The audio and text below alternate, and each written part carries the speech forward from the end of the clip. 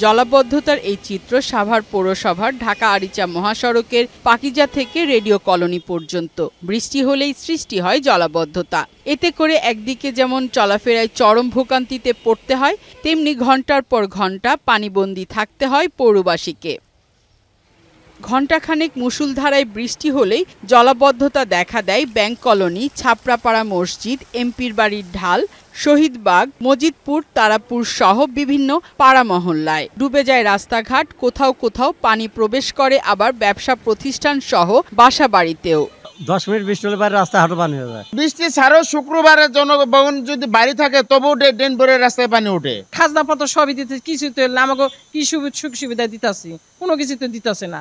সচেতন মহলের অভিযোগ, পরিকল্পনার ঘাটতি থাকায় অল্প বৃষ্টিতে এমন জলাবদ্ধতা দেখা দেয়। ভোগান্তি লাঘবে প্রয়োজনীয় পদক্ষেপ গ্রহণের তাগিদ দেন স্থানীয় বাসিন্দারা। সাভার পৌরসভাকে যদি নাগরিক সেবা নিশ্চিত করতে হয়, রাষ্ট্রের দৃষ্টি আকর্ষণ করতে হবে এবং এটা এই যে অব্যবস্থাগুলো আছে এটাকে পরিকল্পিত করে মানুষের নাগরিক সেবা নিশ্চিত করতে হবে। জলাবদ্ধতা নিরসনে দ্রুতই প্রয়োজনীয় উদ্যোগ নেওয়া হবে বলে জানান পৌর প্রশাসকের দায়িত্বে থাকা সাভার উপজেলা নির্বাহী কর্মকর্তা। জলাবদ্ধতা নিরসনের জন্য যা যা করণীয় দরকার প্রশাসনের পক্ষ থেকে, উপজেলা প্রশাসনের পক্ষ থেকে এবং পৌর প্রশাসন থেকে সেগুলো আমরা করব। জলাবদ্ধতা সমস্যা সমাধানে সরকার দ্রুত ব্যবস্থা নেবে এমনটাই প্রত্যাশা পৌরবাসীর।